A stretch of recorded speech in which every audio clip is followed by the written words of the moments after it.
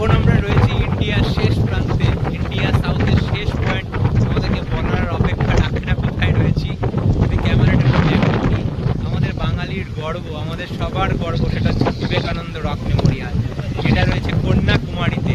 এখানে তোমাদের যদি দেখাই, তোমরা যে সমুদ্রটা দেখতে পাচ্ছ, এখানে তিনটে সমুদ্রের সঙ্গম। একটা হচ্ছে দূরে দেখো নীল কালার, একটু ডিপ নীল সমুদ্র দেখা যাচ্ছে, সেটা হচ্ছে কিন্তু ভারত মহাসাগর। এইদিকে যেটা দেখতে পাচ্ছ সেটা হচ্ছে কিন্তু বঙ্গোপসাগর। আর ক্যামেরাটা যদি ওদিকে ঘোরে, একটা শান্ত সমুদ্রটা হচ্ছে কিন্তু আরব সাগর। আর এইটা হচ্ছে বিবেকানন্দ রক মেমোরিয়াল। জাস্ট দেখো, এই জায়গাটা তোমরা কিন্তু মেডিটেশন থেকে নিয়ে সব কিছু করতে পারো, আসতে পারো। আর এখানে ফেরি করে আসা হয়, ফেরিতে তোমাদের 75 রুপিস করে নেয়।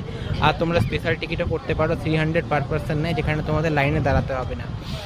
আর এই বিবেকানন্দ রক মেমোরিয়াল বাঙালির গর্ব, কিছু বলার নেই।